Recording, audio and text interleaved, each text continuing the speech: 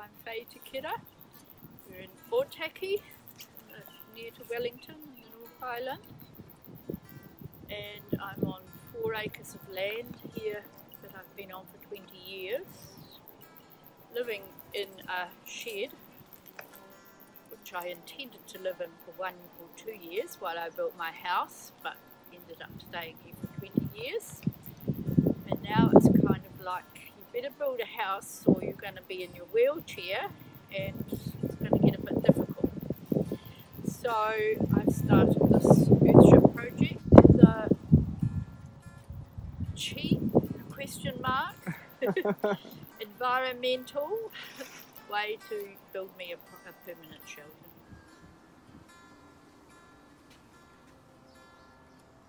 When was the first time you came across natural building, and why did you choose this way of building? Okay, so I always intended to build out of earth because I love the feel of earth. Mm-hmm. It makes sense, it's a natural material, there's no chemicals involved, and I have played around on the property making some little places with little sleep outs with earth. And it seemed in the end that this site was suited more to an Earthship, to having that retaining wall as the back wall, which is what an Earthship is. An Earthship is still an earth house. It's using the earth packed into tyres, so the tyres are simply the encasement for the packed earth, but it needed a retaining wall on the bank, so it was kind of like, well, let's make the back wall of the house the retaining wall.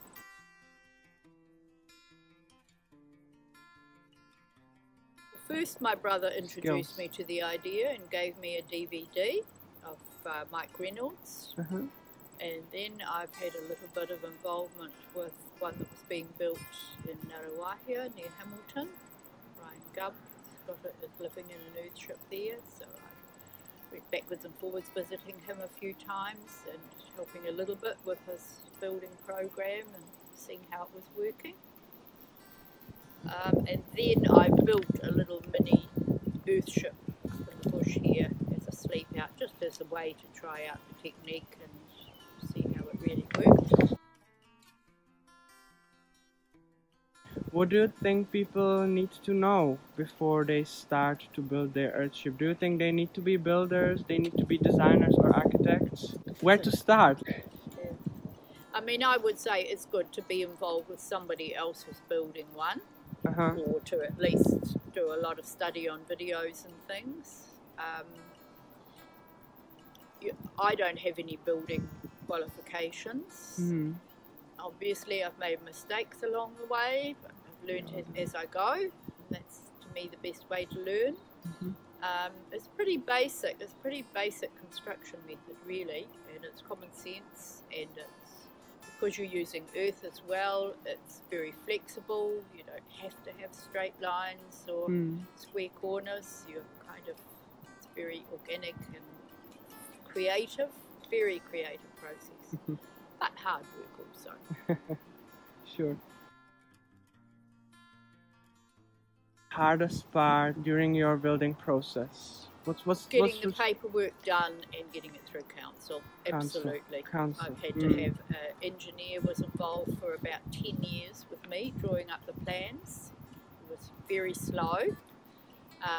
Was it 10 years on this Earthship? Yes, yeah. Him and I worked together to draw up the plans, and he was just kind of doing it in his spare time and wasn't very focused. And I was happy to just feel my way through. I mean, there were times when I was frustrated and wanted to do it faster, but basically I let it take that time. And then we put the application to council, and then they started asking all these really intense building questions, technical questions, and in the end I had to pay an architect to go through the plans, redraw them, and put all the specs on that the council needed. And that was very expensive. It took over 2 years for council to approve my plans. They just kept asking more and more questions. until at the end of 2 years, they were asking me the same question they had asked me at the very beginning. Oh my that God. I had already replied to.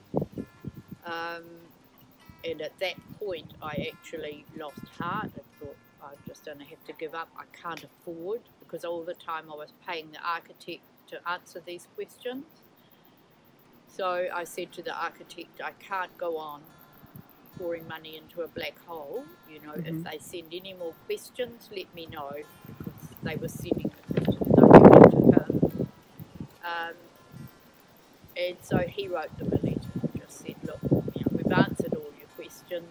What more do you need to know? And within 3 days, they sent me approval. Oh my God. Yeah. You just push them. So you in the end of the day. Maybe you need a man to jump up and down and get angry with them. I don't know. I mean, I had tried to be patient and nice and sweet, but it didn't work. What's very excited for you? What are you excited about? To see how fast about? the tyres can go up. When you get a team of enthusiastic volunteers, it's amazing what they can get done in one day, and it's just so neat to come and see your project growing. This dream that I've had for 15 years almost now, and to see it taking shape. You know, actually, once we get volunteers on the job and we move, it's really nice. The problem is that in between that you have little hold-ups where you're waiting for a bit of paperwork from council or for a contractor to do something that's required, and then it gets a bit frustrating. Seeing progress, that's very fulfilling and very exciting. And knowing that you're using recycled materials that are a problem in this world, making good use of them, amazing. And you know, building with the environment in mind is very satisfying. What other materials will this building recycle? We use shredded paper in the earth mix when I make a plaster to go over top of the tyres that contain shredded paper. And we use bottles and cans to pack into the earth, or, you know, into the mud. That's amazing. And for decoration, the bottles are used as decoration. Are these glass bottles or plastic bottles? Glass. Glass bottles. Glass. And also using some glass bottles in the drainage material as well. And under the floor as insulation. I'm doing an earth floor in the house, and under the floor will be a layer of bottles as insulation. How many rooms will there be? Well, there's just downstairs is just a kitchen and living room with a walk-in pantry and laundry, and upstairs 2 bedrooms. Oh, so it's quite small. It's not huge, but it's bigger than the shed that I'm living in now. Did someone has the idea to count all the tires in the building? The back wall, which we're about to work on, needs about 1,000 tyres. 1,000 tyres? Oh, that's great. But we've already done these side walls that you can see here. We've probably used, I would guess, another 500 at least on this side wall. We've also built a retaining wall below the house site, which used about another 500. Wow, that's great recycling.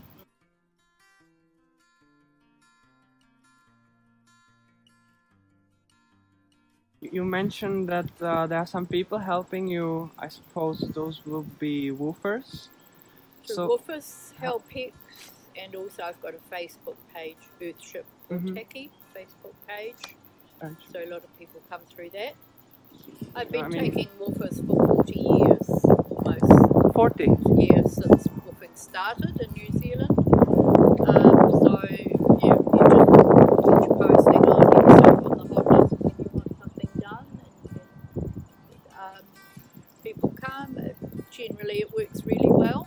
Get the odd ones, of course, that say they're coming and don't turn up, or something like that. Can be frustrating, but mostly, you know, I would say 90%, 95% of the people that come are really good and bring lots of enthusiasm and skills of varying degrees. And, very nice atmosphere probably as well you have here. Yeah. Beautiful. The house is quite a hybrid of organic, natural material techniques I've got an earth floor. I've made earth tiles. I've already got my earth tiles made. I'm going to have a bamboo ceiling, and I'm making half and half bamboo ceiling tiles to screw up to the ceiling as a lining for the ceiling. Having a bottom wall and a feature wall inside, which is just bottles packed in with earth all around. I'm also using cordwood building, which is fairly unusual in New Zealand. It seems to be more common in the States and in Europe. So cordwood is blocks of wood packed up with earth, packed around with earth. So I guess for me, it's just really nice to amalgamate all of these natural things, and each one is a little bit different, a little bit interesting to look at, and just gets me another step along my way towards building my house. If someone would like to help you, then you said Earthship Otaki. Earthship Otaki on Facebook. September this year, I hope to really get moving. But there is stuff to be done now. You know, that we are going on with preparing now as much as we can.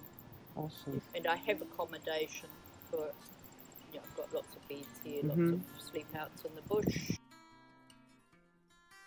I think it's easy and it's fun and it's creative, and I would say go for it, but do a small project first. You know, build a little shed or a sleep out or a bush hut or something first, just to get a feel for what you're doing and how it works, and try out ideas and to see how easy it is and to see how rewarding it is. Then you maybe, like me, might feel brave enough to take on the big project. Yeah, you are definitely brave, yeah, for sure. This looks like quite a decent house already. So start with the smaller projects and build up into a big Earthship.